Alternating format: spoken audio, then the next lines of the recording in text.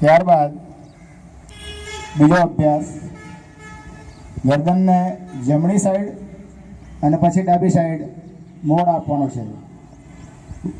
1 2, ફરીથી 1 2. ત્યારબાદ ત્રીજો અભ્યાસ, ગરદનને જમણી તરફ ફેરવવાની પછી ડાબી તરફ ફેરવવાની. 1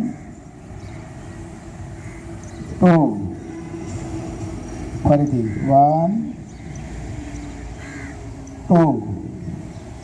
ચોથો અભ્યાસ, અભ્યાસ 4, ગરદનને ગોળ ગોળ ઘુમાવવાની છે. પહેલી જમણી સાઈડે પછી એન્ટી ક્લોક ડાબી સાઈડે. 1 2, ફરીથી